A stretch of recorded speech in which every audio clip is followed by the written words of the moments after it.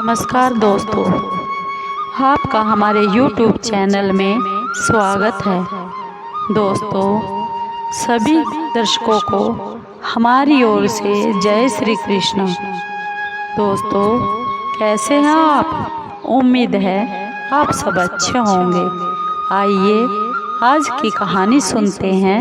उससे पहले अगर आप हमारे चैनल पर नए हैं तो प्लीज़ चैनल को सब्सक्राइब ज़रूर कीजिए और बेल आइकॉन ज़रूर दबाइए ताकि आप तक हमारे सारे नोटिफिकेशन पहुंचते रहे।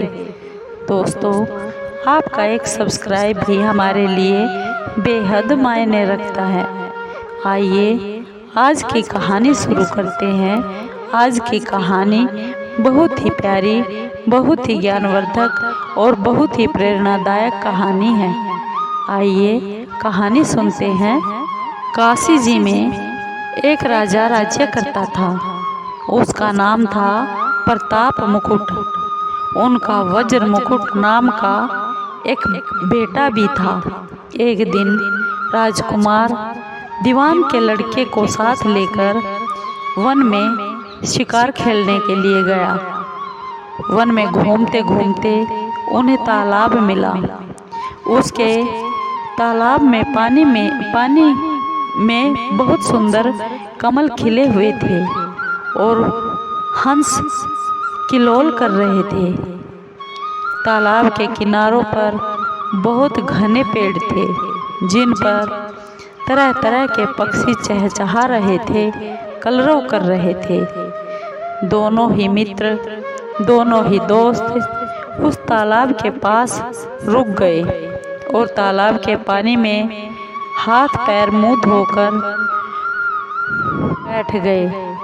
वहाँ पास में ही ऊपर पहाड़ पर एक मंदिर था। घोड़ों को उन्होंने मंदिर के बाहर बांध दिया। जब वह दोनों दोस्त मंदिर में भगवान के दर्शन करके बाहर आए तो क्या देखते हैं कि तालाब के किनारे पर एक राजकुमारी अपनी सखियों के साथ स्नान करने आई हुई है। दीवान का लड़का तो वहीं पर एक पेड़ के नीचे बैठ गया और राजकुमार से रहा न गया। वह राजकुमार उस तालाब की ओर चला गया। राजकुमारी ने उसकी ओर देखा तो वह राजकुमारी पर मोहित हो गया। राजकुमारी भी उसकी तरफ देखते ही रही।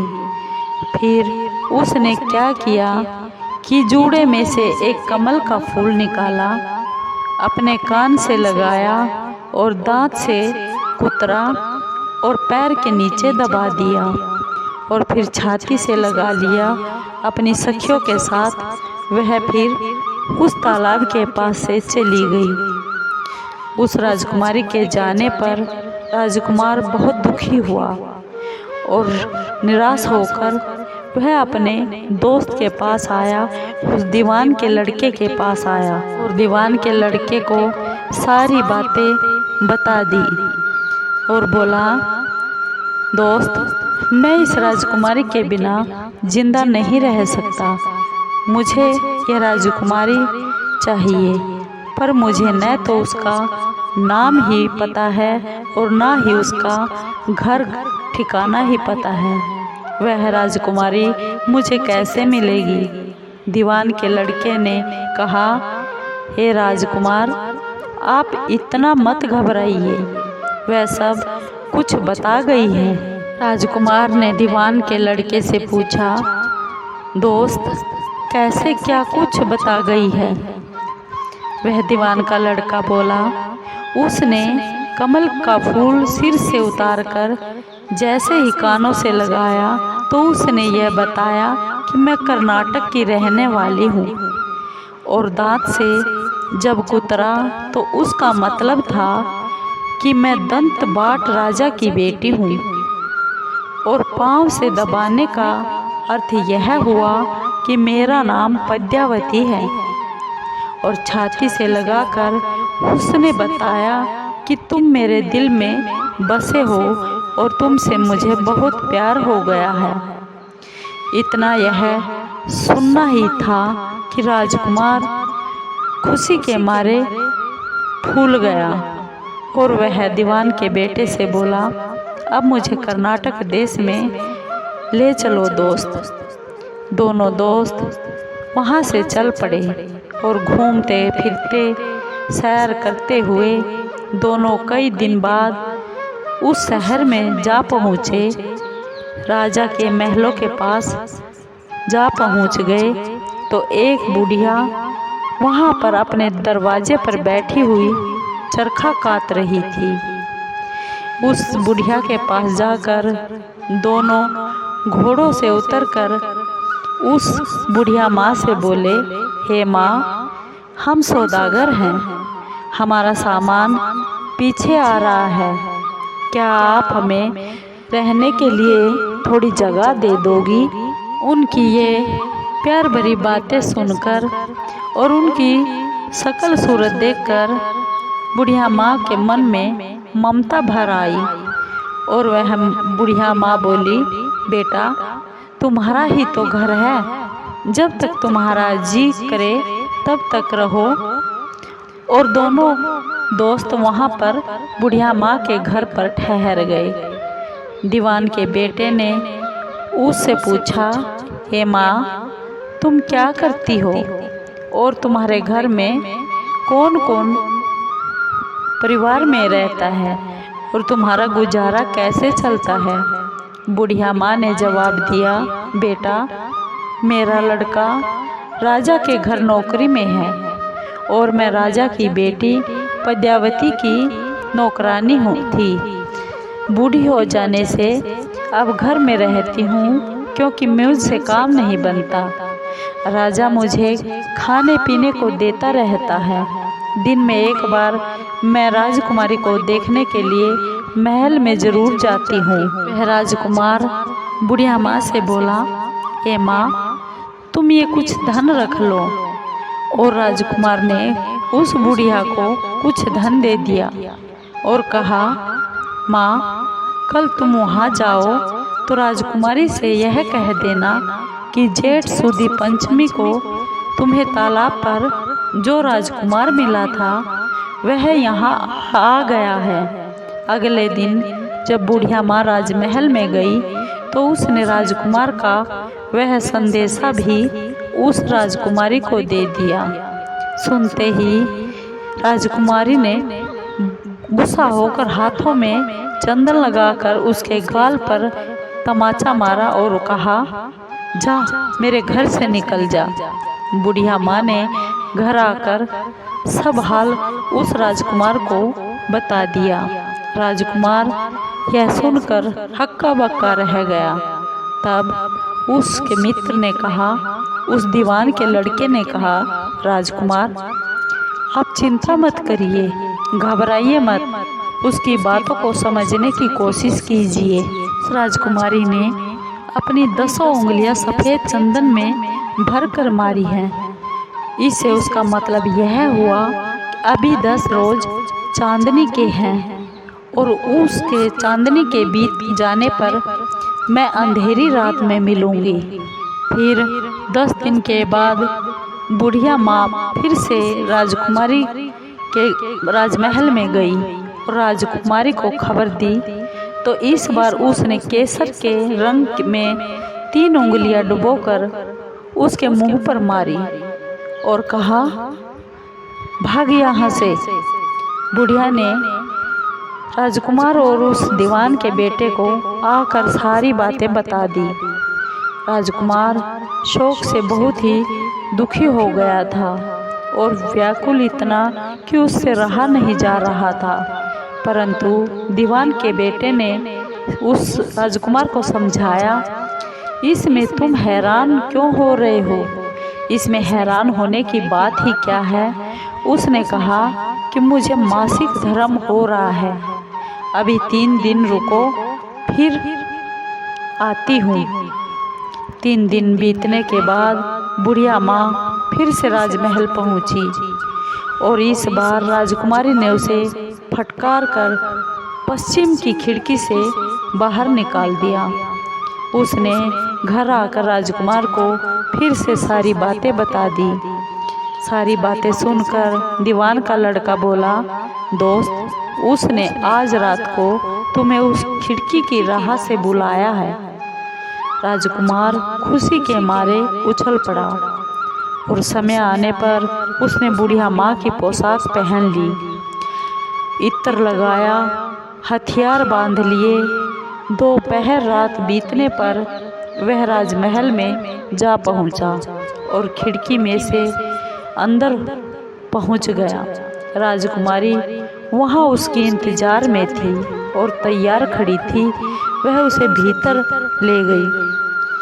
राजमहल के अंदर का हाल देखकर राजकुमार की आंखें खुल गई। एक से एक बढ़कर चीजें वहां रखी हुई थी। रात भर राजकुमार और राजकुमारी साथ में रहे। जैसे ही दिन निकलने को आया तो उसने राजकुमार को छिपा दिया। रात को फिर से बाहर निकाल लेती, दिन को छिपा देती। इस तरह कई दिन बीत गए। अचानक एक दिन राजकुमार को अपने दोस्त की याद आ गई और उसे बहुत चिंता हुई कि पता नहीं उसके दोस्त का क्या हुआ होगा और वह क्या कर रहा होगा। राजकुमारी राजकुमार को उदास देखकर उसका कारण पूछने लगी तो राजकुमार बोला, एक मेरा बहुत प्यारा दोस्त है, बहुत चतुर भी है और होशियार भी है। उसकी होशियारी से ही मुझे तुम मिली हो। राजकुमारी बोली, मैं उसके लिए बढ़िया बढ़िया भोजन बनवाती हूँ, तुम उसे खिलाकर अपने हाथों से तसल्ली देकर लौट आना। खाना साथ में लेकर राजकुमार अपने दोस्त के पास पहुँच गया।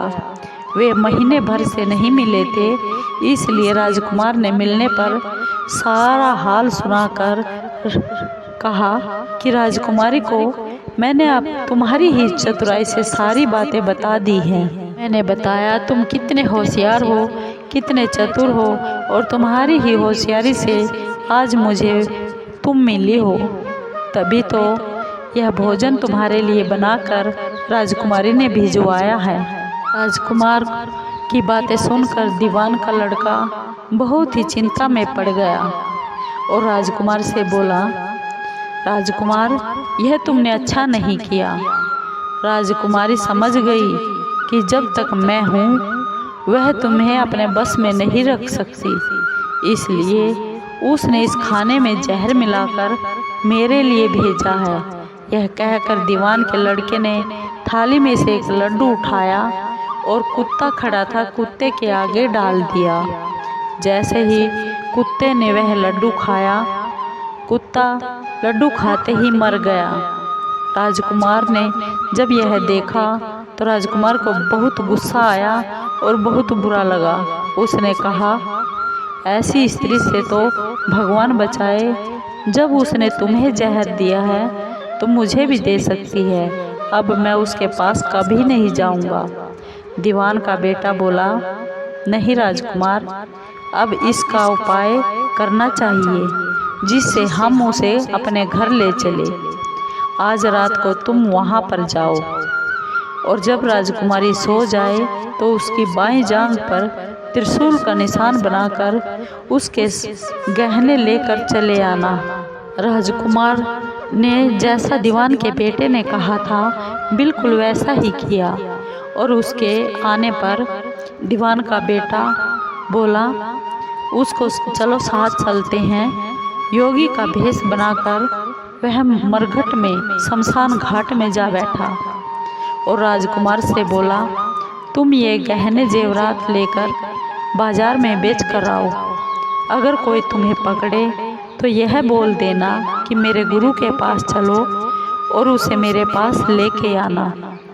राजकुमार गहने लेकर उस शहर में गया और महल के पास एक सुनार को उन्होंने वे जेवर दिखाए। देखते ही सुनार ने सारे गहने पहचान लिए और कोतवाल के पास ले गया। कोतवाल ने पूछा तो उसने बोला कि यह मेरे गुरु ने मुझे सारे जेवर दिए हैं और गुरु को भी पकड़वा लिया गया। सब राजा के सामने पहुंच गए। राजा ने उसके गुरु से पूछा, योगी महाराज, आपको ये गहने कहाँ से मिले हैं? योगी बने दीवान के बेटे ने कहा, महाराज, मैं शमशान में काली चौदस को डाकनी मंत्र सिद्ध कर रहा था कि वहाँ पर डाकिनी आ गई। मैंने उसके सभी गहने उतार लिए और उसकी बाई जांघ में त्रिशूल का निशान बना दिया। इतना सुनकर राजा अपने महल में गया और उसने अपनी रानी से कहा कि पद्मावती की बाई जांघ पर देखो कि त्रिशूल का निशान तो नहीं बना है। रानी अपनी बेटी के पास गई और देखा था तो वही त्रिशूल का निशान। राजा को आकर रानी ने सब बात बताई। इससे राजा को बहुत दुख हुआ। बाहर आकर वह योगी को एक और ले जाकर बोला, महाराज, धर्मशास्त्र में खोटी स्त्रियों के लिए क्या दंड लिखा है? योगी बने उस दीवान के लड़के ने कहा, हे राजन, गौ, स्त्री, ब्राह्मण, लड़का और अपने आश्रय पर रहने वाले से कोई खोटा काम हो जाए तो उसे देश से निकाल देना चाहिए। यह सुनकर राजा ने पद्मावती को डोली में बिठाकर अपने राजमहल से, अपने नगर से बाहर किसी जंगल में छुड़वा दिया। राजकुमार और दीवान का बेटा तो इसी ताक में बैठे हुए थे। राजकुमारी को जैसे ही अकेली पाकर देखा तो साथ में वह राजकुमारी को लेकर अपने नगर में लौट आए और आनंद से रहने लगे। इतनी बात सुनकर बेताल राजा वीर विक्रमादित्य से बोला, हे राजन, यह बताओ कि वह पाप किसको लगा है? राजा ने कहा, पाप तो राजा को लगा।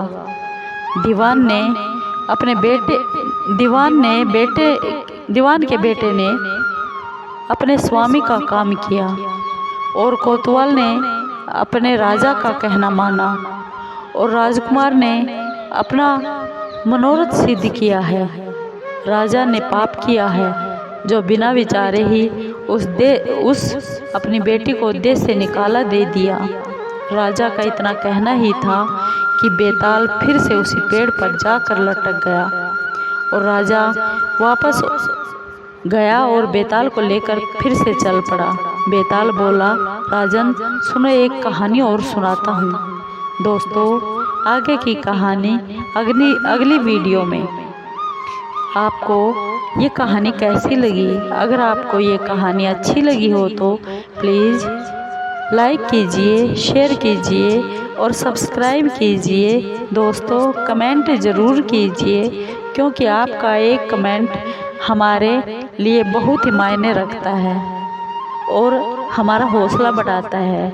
इससे हम आगे अच्छी अच्छी कहानियाँ भी ढूंढ कर ला पाएंगे। दोस्तों, धन्यवाद।